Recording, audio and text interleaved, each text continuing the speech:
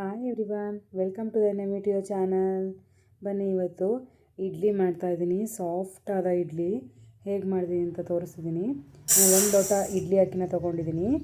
ಹಾಗೆ ಅದರಲ್ಲೇ ಅರ್ಧ ಲೋಟ ಉದ್ದಿನ ಬೇಳೆನ ತೊಗೊಂಡಿದ್ದೀನಿ.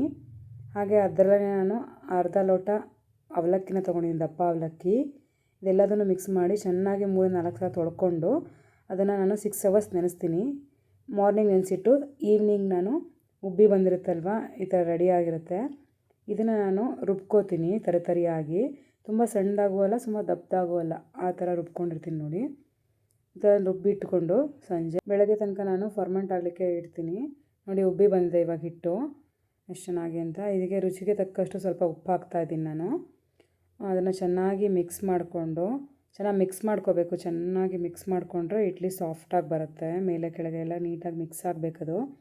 ಹಾಗೆ ಇಡ್ಲಿಗೆ ನಾನು ಇಟ್ಕೊಂಡು ಇಡ್ಲಿನ ನಾನು 15 to 20 ಮಿನಿಟ್ಸ್ ಬೇಯಿಸ್ತೀನಿ. ನೋಡಿ, ಇವಾಗ ಇದು ಬೆಂದಾಯಿತು. ನಾನು ತೆಗಿತಾ ಇದ್ದೀನಿ. ಇದನ್ನು ಆವಾಗಲೇ ನಾನು ಬಿಸಿ ಆರಿದ ಮೇಲೆ ತೆಗಿದ್ದೀನಿ.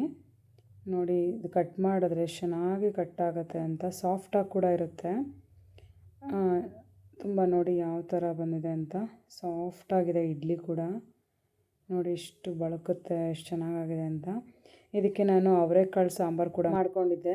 ಇದು ರೆಸಿಪಿ ಬೇಕು ಅಂದರೆ ನನ್ನ ಯೂಟ್ಯೂಬ್ ಚಾನಲಲ್ಲಿ ಲಾಂಗ್ ವಿಡಿಯೋ ಚೆಕ್ ಮಾಡಿ. ಪ್ಲೀಸ್, ನಿಮಗೆ ಈ ವಿಡಿಯೋ ಇಷ್ಟ ಆಗಿದ್ದರೆ ಲೈಕ್ ಮಾಡಿ, ಸಬ್ಸ್ಕ್ರೈಬ್ ಮಾಡಿ. Thank you all.